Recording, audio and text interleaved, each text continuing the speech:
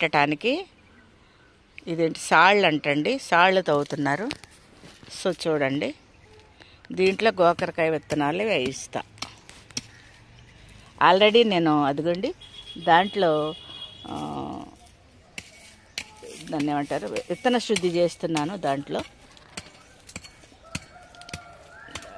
ఆ నీటిలో ఆల్రెడీ వేసేసాను నేను. దాన్ని తీసుకుని అక్కడ వర్మీ కంపోస్ట్ అవన్నీ పెట్టుకుని ఇదిగో ఇక్కడి నుంచి సాల్ట్ లాగా చేసి అందులో వేస్తుంది. ఫ్రెండ్స్, అందులో సుడోమోనాస్ కలిపాను. ఆ వాటర్లో సుడోమోనాస్ కలిపి అందులో విత్తనాలు వేసి ఇప్పుడు నేను అక్కడ నాటిస్తున్నానండి. ఇది సొరకాయ విత్తనాలు మళ్ళీ పెడుతున్నాం. ఓకే ఓకే అయిపోయింది, కింద పడిపోతుంది.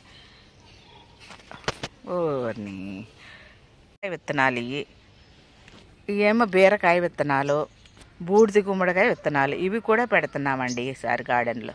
ఇక్కడ యాష్ గార్డ్ విత్తనాలు వేస్తున్నాము. ఇక్కడ యాష్ గార్డు, దాని మీద మళ్ళీ మట్టి అన్నీ కలిపిన మట్టి మనం వేస్తున్నాం. ఫ్రెండ్స్, ఇక్కడ సొరేస్తున్నామండి, సొరకాయ విత్తనాలు వేస్తున్నాం. ఇదిగో చూడండి. సో ఫ్రెండ్స్ ఇక్కడ బీర పెడుతున్నామండి. సొర, బీర, యాష్గాడు ఇవి పెడుతున్నామండి. మరి ఎన్ని రోజులకు వస్తాయో, మనకి ఎంత పంట వస్తుందో చూడాలి.